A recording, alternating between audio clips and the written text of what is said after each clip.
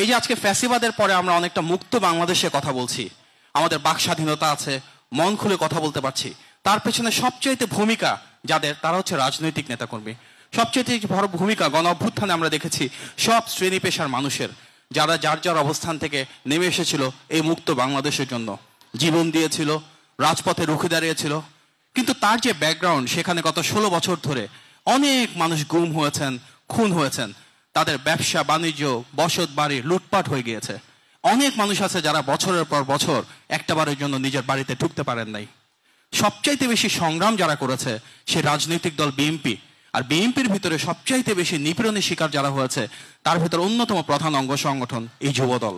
সুতরাং আজকে আমরা যে মুক্ত বাংলাদেশে আছি, তার জন্য গণতন্ত্রকামী বাংলাদেশের মানুষের পক্ষ থেকে যুবদলকে আন্তরিকভাবে ধন্যবাদ প্রদান করা উচিত।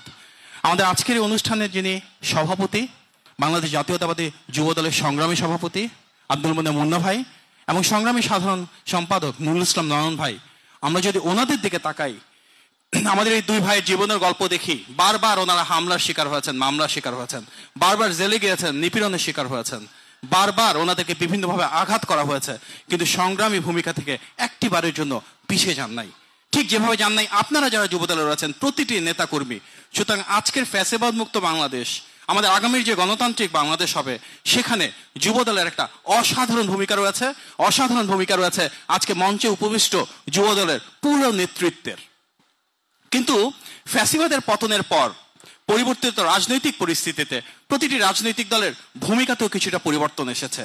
আমরা একসময় সংগ্রাম করেছি গণতন্ত্রের জন্য, আজকের গণতান্ত্রিক পথযাত্রায় আমরা স্বপ্ন দেখছি এমন একটা বাংলাদেশ গড়ে তোলবার জন্য যেখানে সাম্য থাকবে, মানবিক মর্যাদা থাকবে, যেখানে আমাদের আগামীর ভবিষ্যৎ যে শিশুরা তারা দক্ষ, যোগ্য সুনাগরিক হিসেবে গড়ে উঠবে। আর সেই প্রত্যাশাই কিন্তু আমাদের নেতা বিএনপির ভারপ্রাপ্ত চেয়ারম্যান জনাব তারেক রহমানের রয়েছে। ওনার যে বক্তব্য, ওনার যে বিবৃতি, তার প্রতিটাতে আমরা দেখি আগামীর একটি সমৃদ্ধ বাংলাদেশ, যেখানে আমাদের ভবিষ্যৎ প্রজন্ম যারা রয়েছে তারা সুনাগরিক হিসেবে, দক্ষতা সম্পন্ন ভালো মানুষ হিসেবে গড়ে উঠবেন। সেই পরিবর্তিত রাজনৈতিক ধারাতে কিন্তু আজকে যুবদল সম্পূর্ণ ভিন্ন মাত্রিক একটা অনুষ্ঠান আয়োজন করেছে। এটি সেই সংগঠন যেখানে ডাক দিলে হয়তো 1 ঘন্টার ভিতরে হাজার হাজার নেতাকর্মী দিয়ে এই ঢাকা বিশ্ববিদ্যালয়ের প্রাঙ্গণ ভরে ফেলা সম্ভব। কিন্তু আমরা যদি আজকে অডিয়েন্সের দিকে তাকাই, তার একটি বিশাল অংশ কিন্তু অরাজনৈতিক, সাধারণ শিক্ষার্থীরা রয়েছে, আমাদের ছোট ছোট ছেলে মেয়েদের সাথে সাথে তাদের অভিভাবকরা রয়েছে। এ ধরনের ভিন্ন মাত্রিক অনুষ্ঠান আমি কখনো দেখি নাই কোনো রাজনৈতিক দল করেছে, এবং আমি তাদেরকে বিশেষ ধন্যবাদ জানাই। কারণ গণ অভ্যুত্থানের 1 বছর পূর্তি উপলক্ষে যে অনুষ্ঠান ছিল, সেখানেও কিন্তু বিএনপির ভিতর সেরা অনুষ্ঠানটা, সারা বাংলাদেশের ভিতর সেরা অনুষ্ঠানটা এই যুবদলই কিন্তু করেছিল। আমাদের যারা শিক্ষার্থী রয়েছে, আমাদের সন্তানেরা রয়েছে, তাদের সুন্দর একটা ভবিষ্যৎ গড়ে তোলবার জন্য আমার যে রাজনৈতিক দল, আমাদের নেতা জনাব তারেক রহমান সেটির প্রধান হিসেবে অসাধারণ কিছু চিন্তা ভাবনা সাধারণ মানুষের সামনে তুলে ধরেছেন। উনি এমন একটা বাংলাদেশ চান যেখানে আমাদের শিক্ষার্থীরা এই ঘরে বসে থেকে বিশ্ব নাগরিক হিসেবে গড়ে উঠবে। আমাদের যে সন্তানেরা সামনে রয়েছে তারা যেন বাংলা এবং ইংরেজির বাইরে তৃতীয় আর একটা ভাষা শিখে, সেটা হতে পারে ফ্রান্সের ভাষা, জার্মানের ভাষা, আরবের ভাষা, সেই চায়নার ভাষা, জাপানের ভাষা। অর্থাৎ এমন একটি বাংলাদেশ যেখানে আমাদের শিক্ষার্থীরা বাংলাদেশে বসে থেকে বাংলা এবং ইংরেজির বাইরে তৃতীয় আরো একটি ভাষা শিখে বিশ্ব নাগরিক হিসেবে গড়ে উঠবে। আমাদের শিক্ষা ব্যবস্থার একটা বড় সমস্যা হচ্ছে আমাদেরকে জোর করে চাপিয়ে পড়াশোনা করানো হয়, পড়াশোনার ভিতর আনন্দ নাই। যার কারণে কিন্তু আমাদের নেতা বলেছেন বিএনপি ইনশাআল্লাহ রাষ্ট্র পরিচালনায় আসলে ক্লাস 6 থেকে আমরা একটা নতুন সাবজেক্ট ইন্ট্রোডিউস করব। সেই সাবজেক্টের নামই হবে লার্নিং উইথ হ্যাপিনেস, অর্থাৎ আনন্দের মাধ্যমে শেখা। সেখানে শিল্প, সংস্কৃতি, খেলাধুলা থাকবে। সবাইকে যে শুধু অঙ্ক করতে হবে আর বাংলা পড়তে হবে তাই না, চাইলে কিন্তু একজন ফুটবলও খেলতে পারেন, ক্রিকেটও খেলতে পারেন, এবং সেই স্পোর্টস বা খেলাধুলা হবে শিক্ষা কারিকুলামের একটা অবিচ্ছেদ্য অংশ। আমাদের শিক্ষা ব্যবস্থা এমন হতে হবে যেখানে সুন্দর এবং ভালো একটা ভবিষ্যতের জন্য আমাদের ছেলেরা, আমাদের মেয়েরা বৃক্ষরোপণ কর্মসূচিতে সম্পৃক্ত হয়।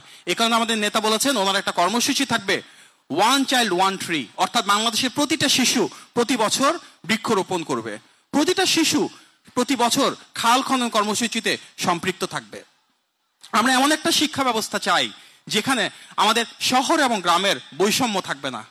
আমাদের নেতার চিন্তা ভাবনা আছে যারা প্রাইমারি স্কুলের শিক্ষক, যেহেতু শিক্ষকদের একটা বড় ভূমিকা রয়েছে ছাত্রছাত্রীদের সৃজনশীলতা তৈরিতে, প্রতিটি শিক্ষকের জন্য সুযোগ সুবিধা বাড়ানো হবে, ওয়ান ট্যাব ওয়ান টিচার, অর্থাৎ কি বাংলাদেশের প্রতিটি প্রাইমারি স্কুলের টিচারের জন্য একটি করে ট্যাব কম্পিউটার উনি দিতে চান। তার মাধ্যমে গ্রামে বসেই শহরের যে শ্রেষ্ঠ শিক্ষা কারিকুলাম রয়েছে, যে ট্রেনিং রয়েছে, সেটি আমাদের শিক্ষকরা পেতে পারেন। এর পাশাপাশি আমাদের নেতার আরেকটা পরিকল্পনা আছে, গ্রাম সহ বাংলাদেশের প্রতিটি প্রাইমারি এবং সেকেন্ডারি স্কুলে মাল্টিমিডিয়া ক্লাসরুম শুরু করা। অর্থাৎ প্রত্যেকটা স্কুলে কয়েকটা নির্দিষ্ট ক্লাসরুম থাকবে, যেখানে প্রজেক্টর থাকবে, মাল্টিমিডিয়া থাকবে, অডিও ভিডিও সুযোগ সুবিধা থাকবে, সেখানে ফটো দেখানো যাবে, সেখানে ডকুমেন্টারি দেখানো যাবে, এবং ঢাকার যারা বেস্ট টিচার রয়েছে তাদের যে শিক্ষকতা, তাদের যে টিচিং, তাদের যে ট্রেনিং, সেটা গ্রামে আমরা দেখাতে পারবো। এর মাধ্যমে শহর এবং গ্রামের শিক্ষা কারিকুলামের, শিক্ষা ট্রেনিংয়ের, শিক্ষার গুণগত মানের যে পার্থক্য, সেটি আমরা অনেকটুকু কমিয়ে আনতে চাই। সুতরাং প্রযুক্তির ব্যবহারের মাধ্যমে আমাদের শিক্ষকদের আরো বেশি ট্রেনিং এবং ক্যাপাসিটি এনহ্যান্সমেন্টের মাধ্যমে এবং আমাদের শিক্ষার্থীদেরকে আরো সহজতরভাবে, আরো আধুনিক শিক্ষা প্রদানের মাধ্যমে আমরা শিক্ষা ব্যবস্থাটাকে টোটালি ঢেলে সাজাতে চাই। আমাদের একটা চিন্তা, যেটি আমাদের নেতা জনাব তারেক রহমান বলেছেন, শিক্ষাকে আরো বেশি কর্মমুখী করতে হবে, আরো বেশি বাস্তবসম্মত করতে হবে, যেন আমাদের যারা তরুণ রয়েছে, তরুণী রয়েছে, যুবক রয়েছেন, যুবতী রয়েছে, আগামী বাংলাদেশে ওনারা কর্মসংস্থানের মাধ্যমে আরো বেশি চাকুরিতে সম্পৃক্ত হতে পারেন, তারা যেন নিজেরা উদ্যোক্তা হিসেবে গড়ে তুলতে পারেন। যার কারণে আমরা আমাদের টেকনিক্যাল অ্যান্ড ভোকেশনাল এডুকেশন, যেটাকে বলা হয় কারিগরি শিক্ষা, সেটাকে আরো বেশি শক্তিশালী করতে চাই। বাংলাদেশের প্রতিটি জেলায় কারিগরি শিক্ষা ব্যবস্থা আমরা আমাদের প্রতিষ্ঠানের সাথে, শিক্ষকের জন্য স্কুল এবং কলেজের সাথে সরাসরি সম্পৃক্ত করতে চাই।